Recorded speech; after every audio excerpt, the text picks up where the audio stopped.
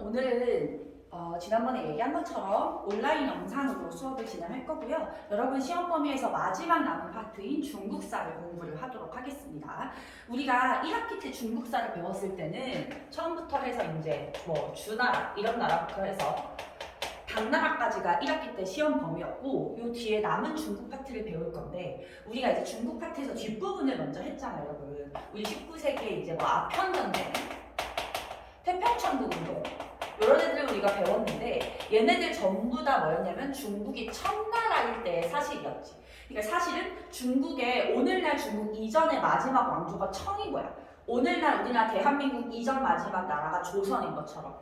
그래서 여기 청나라가 마지막이라고 했을 때 앞에 어떤 나라가 있냐면 송, 원, 명 이렇게 총 4개의 나라를 배우게 되는 거고 송, 원, 명, 청 갔다가 청나라가 이 서양 세력의 침략에 의해서 망해가는 과정을 연결지어서 이해를 하시면 되겠습니다.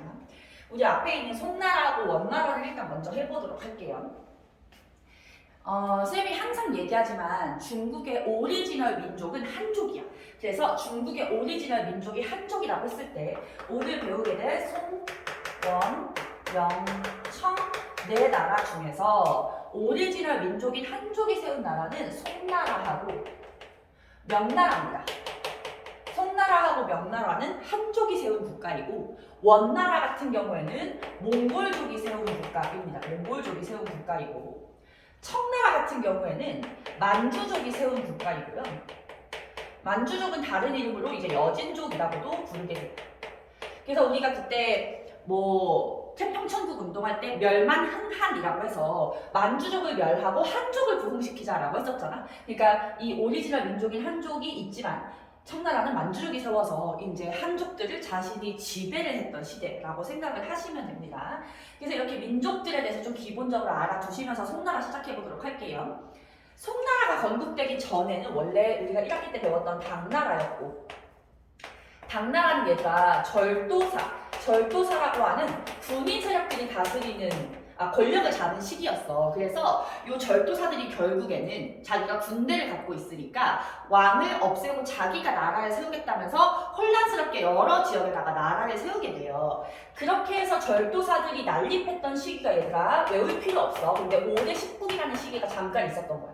요거는 절도사들이 이제 10개 나라를 세워가지고 막 엄청 혼란스러웠던 시기인데 이걸 통일하면서 세운 게 당연히 송나라였죠.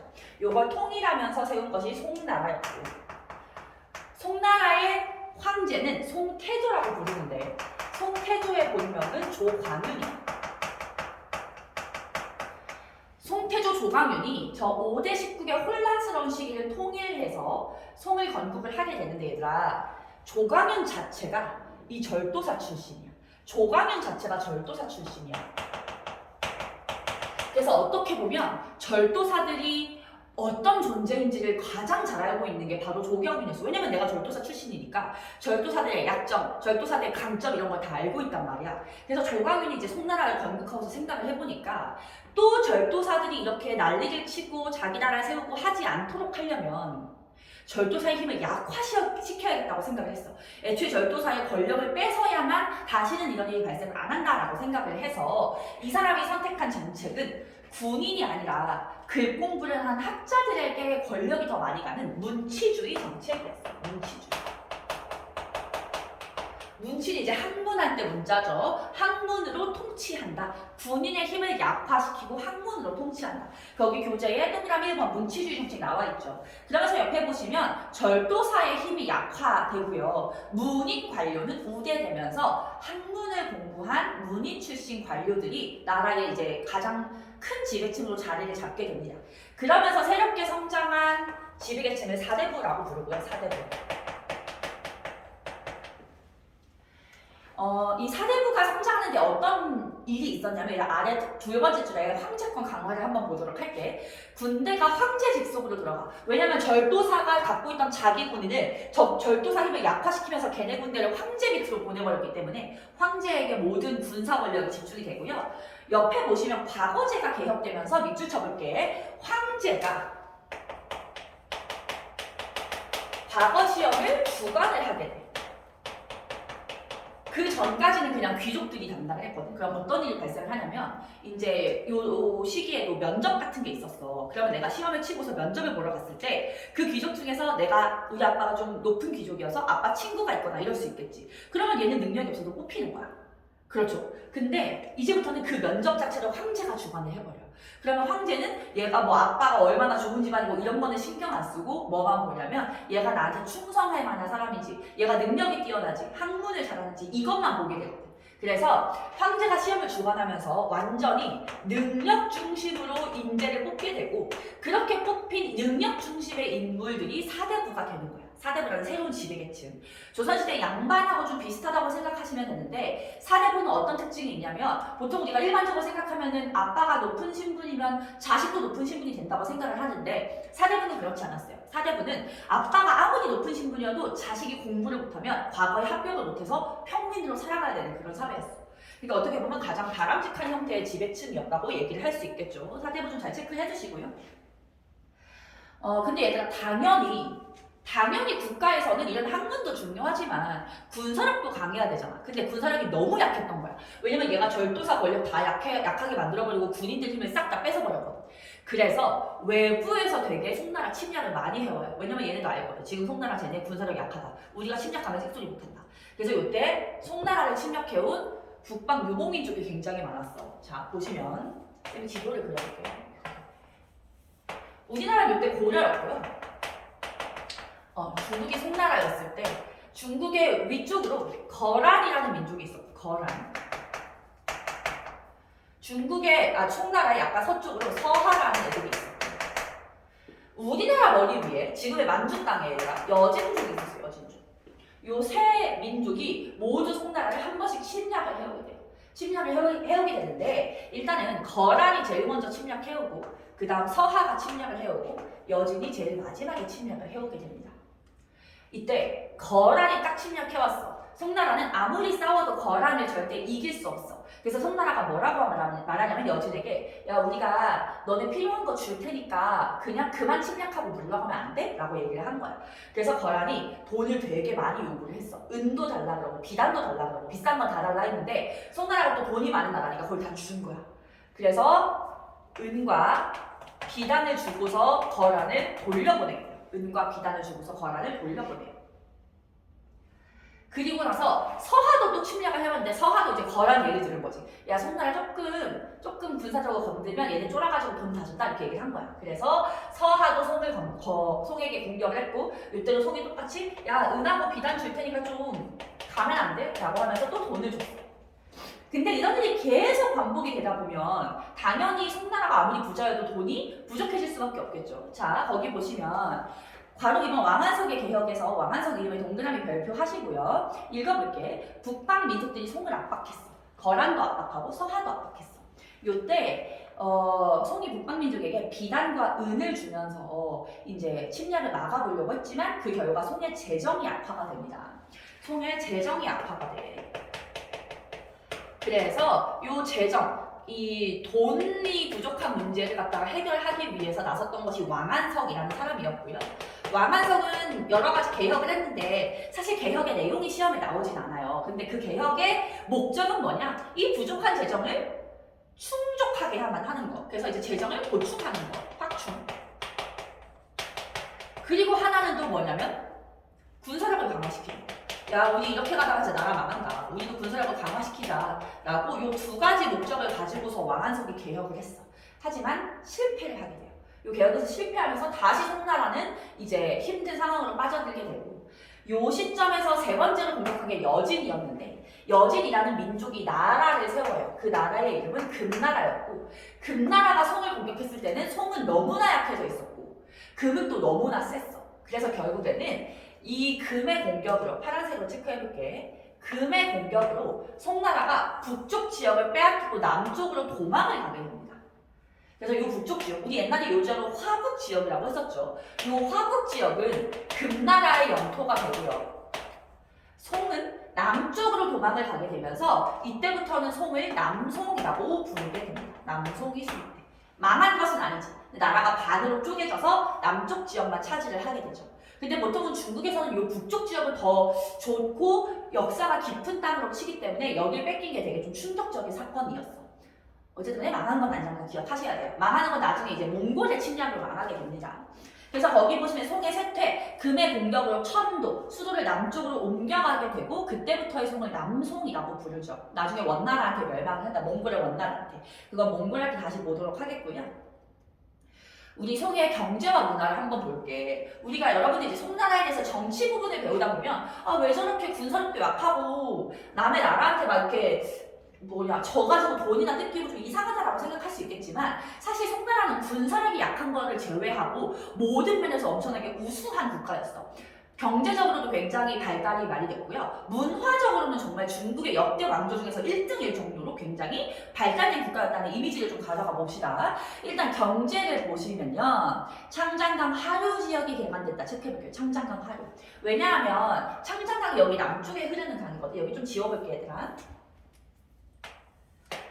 요 남쪽으로 흐르는 강인데 여기는 중국에서 메인 강이 아니기 때문에 그동안 별로 관심을 안 갖다가 송나라가 여기 남송이 수립되면 어떻게든 요 강을 잘 이용해서 먹고 살아야 될 거 아니야. 쫓겨서 내려왔으니까. 그래서 여기를 갖다가 개간해서, 개간이라는 건 농사를 잘 지을 수 있는 땅으로 만드는 거야.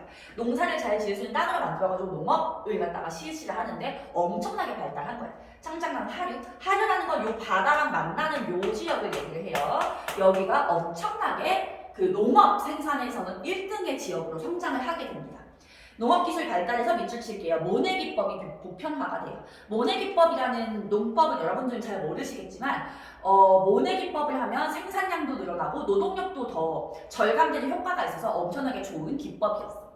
상공업도 발달을 하게 되는데요. 일단 동업조합으로 자기 조직된다. 여러분들 단일행자 알죠? 단일행자. 여기 이렇게 되면 돼. 단일행자. 그래서 이제 걸어 다니는 거잖아. 걸어 다니면서 사람들이 물건을 팔지. 그래서 물건을 파는 상인들의 조합이고. 그러니까 우리 유럽에서는 길드라고 했었던 그 같은 일을 하는 사람들이 모인 조합, 행이라고 하고요. 작은 지을작자, 만들다, 작품, 작가 이렇게 얘기를 하잖아. 지을작자, 물건을 만드는 거니까 이게 수공업. 수공업을 하는 사람들의 어떤 모임 같은 것을 자기라고 불렀던 거예요, 얘들아. 그리고 옆에 보시면 동전과 지폐를 사용했는데 우리 지폐 교자회자 체크해볼게요. 교자회자. 그리고 해상무역이 굉장히 발달했어. 왜냐면 육로로 무역을 하기에는 주변에 너무 강한 국가들이 이렇게 삥 둘러싸고 있으니까 육로로 무역이 힘들어서 배를 타고서 무역을 많이 했었다는 거죠. 해상무역. 그래서 거기 보시면 정크선 같은 배를 만들었다 이런 거 그냥 교과서에 짧게 나와 있고요. 나침반 체크해볼게요. 나침반 체크를 하시고. 그래서 얘들아 이 항구들마다 이 무역을 관리할 수 있는 어떤 관청을 설립해야 되잖아. 그래서 해상무역을 담당하는 관청이라고 해서 시박사를 설치를 합니다. 시박사. 당연히 요 시는 한자지만 우리가 바다 할 때 요 시랑 발음이 같으니까 바다무역 시박사 이렇게 기억을 해보도록 합시다. 문화를 볼 텐데요. 되게 중요한 내용이 나와 있어. 성리학의 별표를 하시고요. 여러분들이 초등학교 때나 아니면 개인적으로 한국사를 공부하다 보면 성리학이라는 학문에 대해서 많이 들어봤을 거야.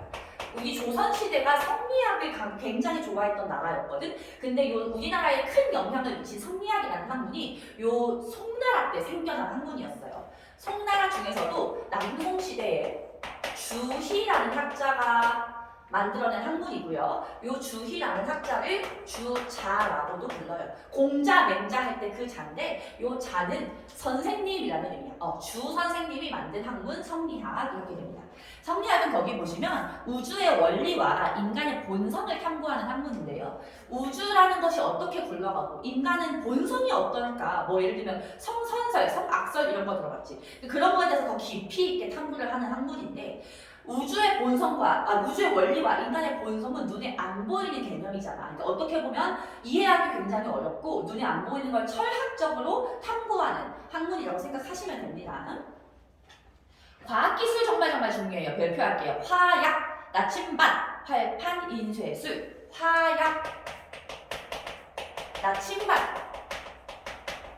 활판, 인쇄술.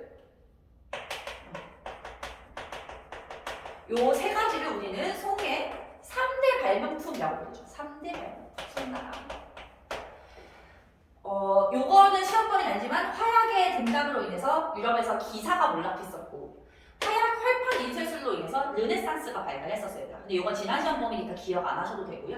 나침반은 이번 시험 범위인 뭐에 영향을 줬냐면 신학력 개척에 영향을 주는 거죠. 요것이 유럽에 건너가게 되면서 그러니까 어떻게 보면 중국에서 던진 것이 어떻게 유럽까지 넘어가서 유럽에서 큰 변화를 일으키는 그런 모습이었던 거지.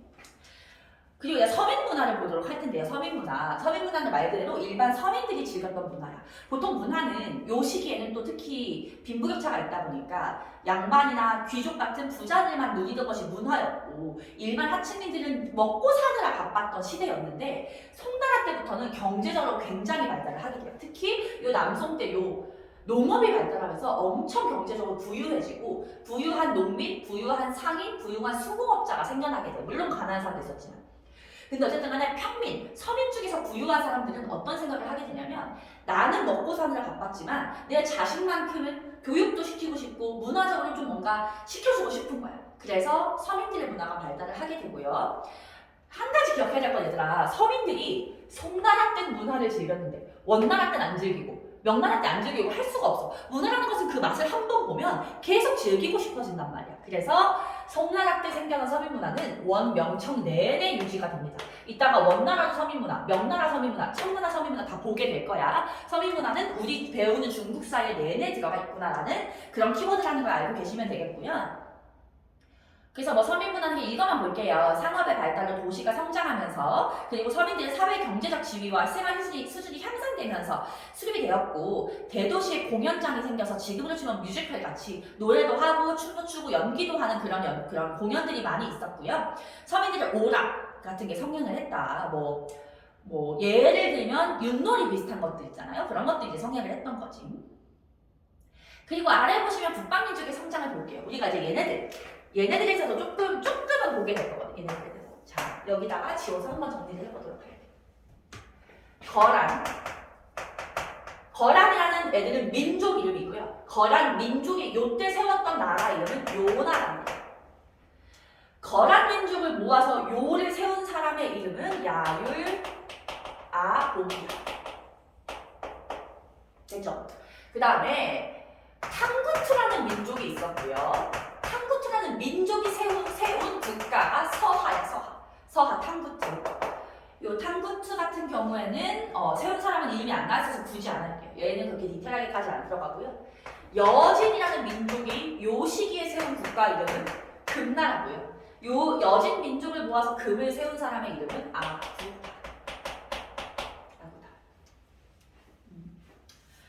자, 이때 특징들을 하나씩만 보면은 뭐 거란 같은 경우는 요거 체크할게요. 고려를 침략한 적이 있다.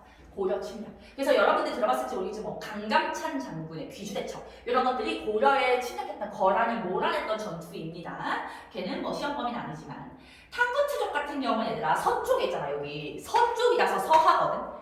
강의 서쪽이다. 그래서 요 지역에 우리 옛날에 배웠던 비단길 기억나죠? 비단길이 여기 딱 지나가는데 거기를 점령한 거야. 그래서 비단길을 장악하고 있었고 비단길은 동양과 서양이 무역을 하는 길이었기 때문에 그 무역로를 장악했다라고 얘기를 합니다. 여진족 같은 경우에는요. 자, 원래 거란이 여기 이렇게 있잖아. 그러면은 여진 입장에서는 요 거란을 지나야만 성으로 돌아갈 수 있으니까 일단 지도를 좀 지워서 다시 여기 너무 지저분해서 지도를 다시 그려보면 송 여기 있고 여기 요나라가 있고 여기 금나라가 있는데 금이 송을 공격하려면 반드시 요가 방해물이 되기 때문에 처음에 금이 송한테 이제 딜을 넣는 거야. 야, 우리 둘이 같이 힘을 합쳐서 요를 공격하자라고 해서 같이 침략해서 이제 요를 갖다가 멸망을 시켰어요.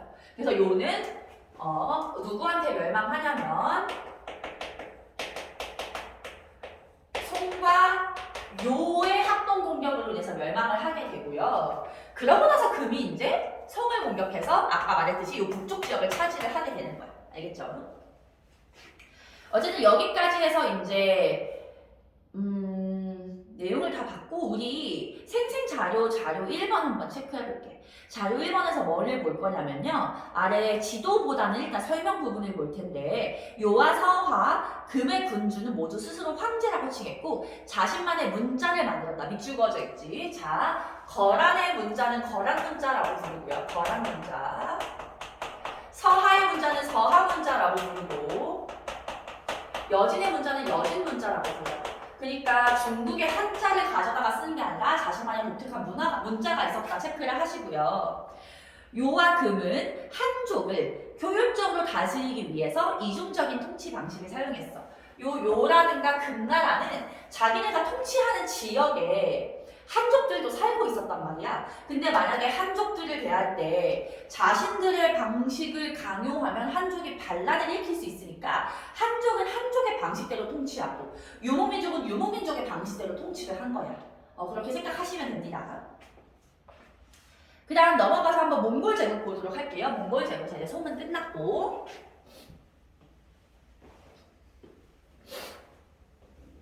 몽골 제국은 원인데요. 일단 여러분들이 알고 계셔야 될 것은 뭐 이미 알고 있을 수 있겠지만 몽골 같은 경우에는 전 세계에서 가장 넓은 영토를 가진 국가였어요.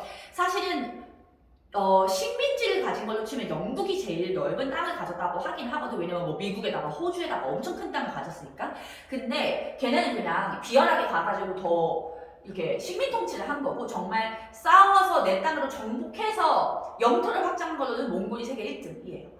몽골은 얘들아 요 시기에 몽골이랑 싸워서 이길 수 있는 국가는 거의 없다고 보면 돼요. 엄청나게 강한 국가였고 몽골 같은 경우는 얘들아 정말 무섭고 또 잔인한 것이 어느 지역을 정복할 때는 보통 있잖아. 어떻게 하냐면 내가 이 성을 정복했어. 그럼 그 성의 뭐 제일 높은 신분인 사람의 뭐 목을 베고 항복하라 했을 때 다들 항복하겠다고 하면 나머지를 살려주는 게 일반적인데 몽골 같은 경우에는 이 성의 주인이 항복하지 않고 바로 항복한 것이 아니라 저항했다.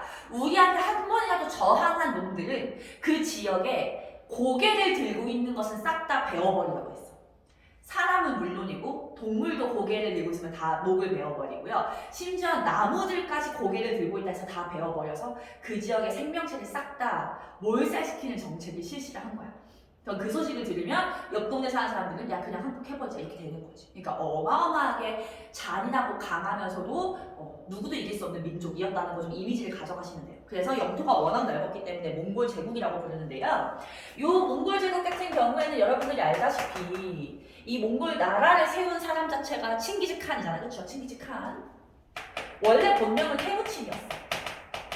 근데 워낙 전쟁을 잘하고 여러 몽골 부족에 잘 싸우는 부족장들을 전부 다 자기 밑으로 만들었기 때문에 그 부족장들이 야 너는 솔직히 좀 위대하다. 너는 위대하다는 의미로 칭기즈칸이라고 부를게. 이렇게 된 거야. 그래서 원래 본명은 테무친인데 몽골 부족들이 위대한 칸이라는 뜻으로 칭기즈칸이라고 부르고 몽골에서는 칸이 황제 뭐 이런 뜻이야. 황제. 그래서 위대하다라는 뜻으로 칭기즈칸이라고 불렀고요. 여러 지역들을 갖다가 정복을 해가는 과정에서 거기 보시면 서하랑 금 전부 다 우리 아까 배웠던 서하랑 금 전부 다 이렇게 칭기즈칸 때 망하게 되고요.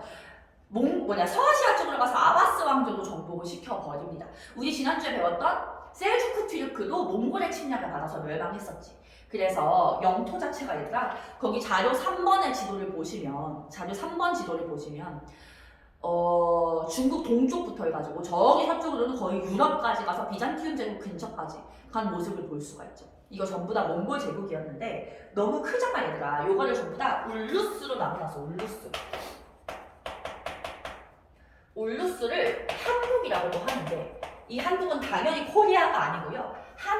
칸이야 칸. 그래서 칸의 나라라고 한자로는 부르는 거고 요거를 개념하면 울루스라고 하는데 울루스라는 개념이 어떤 거냐면 예를 들어서 얘들아 봐봐. 칭기즈칸이 있잖아. 칭기즈칸한테 아들들이 있겠지. 근데 아들들에게 영토를 나눠줄 때 우리 일반적으로는 아빠가 돌아가시면서 아들에게 영토를 나눠줄 때는 뭐 첫째 아들에게 모든 영토를 몰아주거나 아니면 영토를 분할해서 나눠주잖아. 내가 갖고 있는 영토를 분할해서 나눠주는데 몽골 애들은 그렇게 하지 않아. 내가 차지한 영토는 내 거야. 그러면은 아들들한테 어떤 영토를 주냐? 네가 정복하고 싶은 지역을 얘기해. 그럼 그 지역을 너에게 유산으로 남겨주는 거야. 되게 이상하지? 예를 들면 첫째 아들이 저는 아바스 왕조를 멸망시키고 싶어요. 저는 예를 들어서 시베리아를 갖다가 정복하고 싶어요. 아직 여기는 자기 땅이 아닌데도 자기끼리 땅따먹기 하는 거야. 세 번째, 저는 중국 전체를 다 장악하고 싶어요. 막 이래. 그러면 그래, 어차피 우리 몽골은 싸우면 무조건 이겨서 정복을 할 수 있을 테니까 그걸 네가 정복해서 갖도록 해. 그럼 얘들아, 첫째 아들이 아바스 왕조 멸망시킬 거니까 나머지 아들들 절대 아바스 왕조 거들떠도 보지 마. 이렇게 유산을 주는 거야. 그러면 이 아바스 왕조를 첫째가 멸망시켰지. 여기는 첫째 이름 따서 무슨 울루스, 시베리아 하면은 여기 둘째 아들 이름 따서 누구 울루스, 중국 전체도 누구 이름 따서 누구 울루스 이렇게 부르는 거예요. 되게 독특하죠. 그러니까 울루스라는 개념은 그렇게 아들들이 나눠서 정복한 지역이라고 생각을 하시면 됩니다. 그걸 다 합쳐서 몽골 제국이라고 부르는 거고, 몽골 제국 중에서 우리 지금 중국사를 배우고 있잖아. 넓은 몽골 제국 중에서 중국에 해당되는 국가가 원인 거야, 원. 그러니까 몽골 제국이 이렇게 있으면 무슨 울루스 나눠져 있고 중국 지역만 원나라 이렇게 부르는 거예요. 근데 여러분 교육과정에서는 그냥 몽골 제국이라고 해도 되고 원이라고 해도 그냥 크게 그거 두 개를 구분하지는 않으니까 어떻게 구분하지 헷갈려 하실 필요 전혀 없습니다.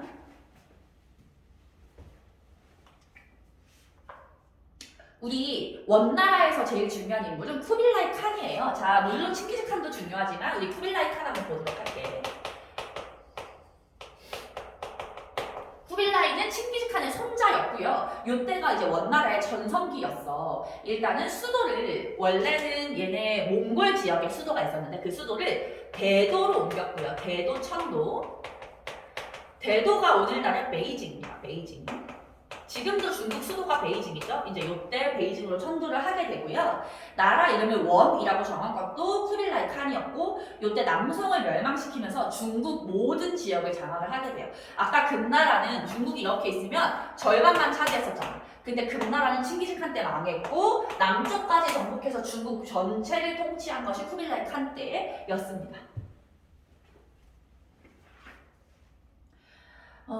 통치 방식을 보시면 몽골 제일주의를 채택했는데요. 몽골 제일주의는 자료 2번을 보도록 할게요. 날개단에 자료 2번을 보시면 신분이 몽골인, 그 다음이 생목인, 그 다음이 한인, 남인이에요. 얘네들이 지배층이고요. 제일 높은 지배계층은 몽골족이야. 그래서 몽골족이 모든 고위관직을 독점을 하고요. 생목인은 뭐냐면 색깔이 있는 눈목자거든요. 눈에 색깔이 있다. 외국인이죠.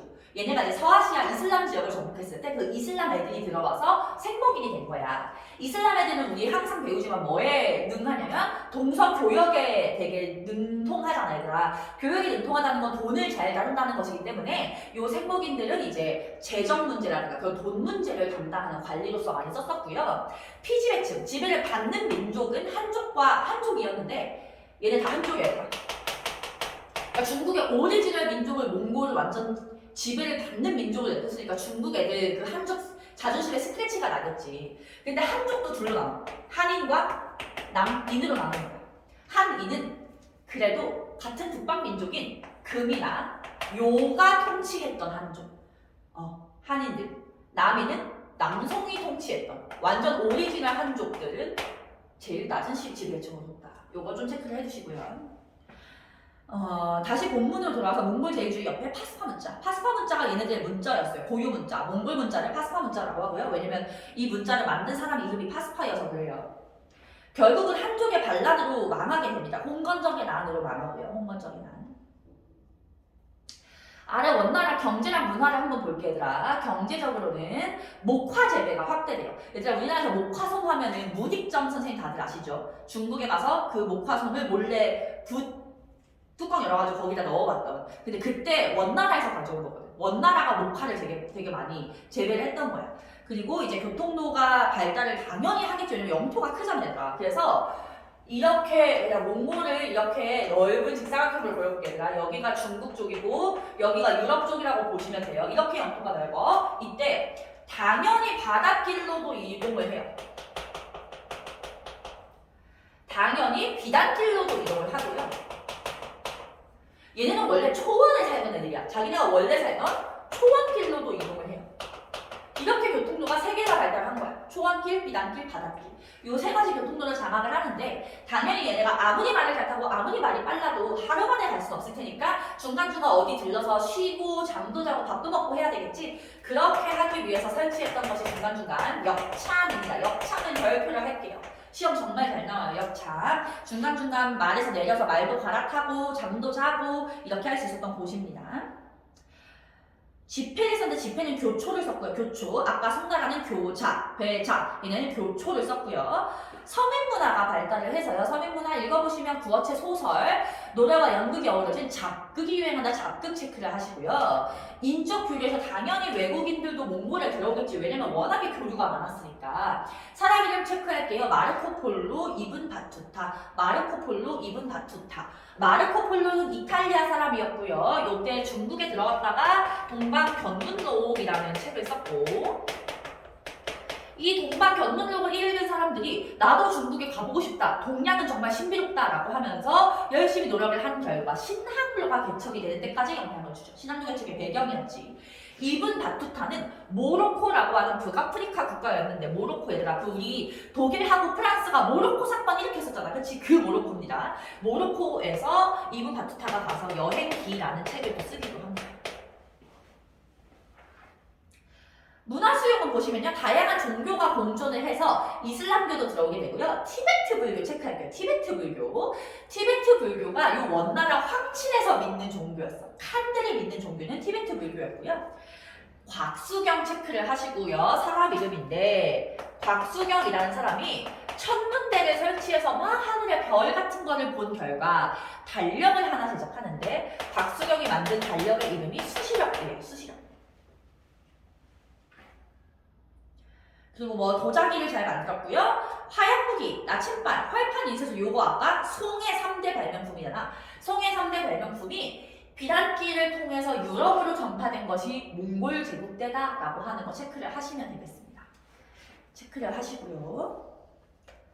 자, 그러면 이제 넘어가서 77쪽 여러분들 푸시고요. 이거 풀고 5분 쉬고 뒷부분을 들으시면 되겠어요. 자, 일단은 77쪽 먼저 풀고 넘어갑시다.